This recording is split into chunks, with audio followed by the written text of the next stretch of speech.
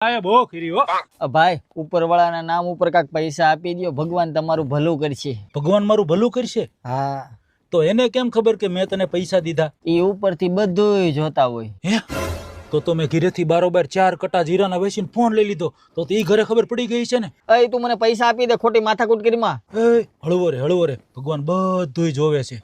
તો ભગવાન સાંભળતા હોતા નહીં છે ને? હા. ઓહો, તો મેં ઘણા મારા દોસ્તારની ચુગલી કરીને એનું બ્રેકઅપ કરાવી નાખ્યું છે. તો હું હવે નરકમાં જઈશ ને? તું મને પૈસા આપી દે એટલે તું સ્વર્ગમાં જઈશ. પણ હું તને પૈસા આપું તું સ્વર્ગમાં જાવ તો તું ક્યાં જઈશ? નરકમાં. ના ભાઈ, મારે એવું પાપ કરીને તને નરકમાં મોકલાય? અરે ના ભાઈ, હું સ્વર્ગમાં જઈશ, દે ને. તો એનો મતલબ એમ કે હું તને પૈસા આપું અને હું સ્વર્ગમાં જાઉં અને મારા પૈસા લઈને તું હોત ને પાછો સ્વર્ગમાં જોઈશ? એટલે ભાઈ તારે પૈસા દેવા હોય તો દે રે યાર, તે તો મગજની નસ ખેંચી નાખી મારી તો. બરોબર, એક કામ કર, હવે સ્વર્ગમાં જવાનું જ છે તો પછી હું તારા પૈસા લઈને સ્વર્ગમાં વયો જાઉં તો કેમ રે?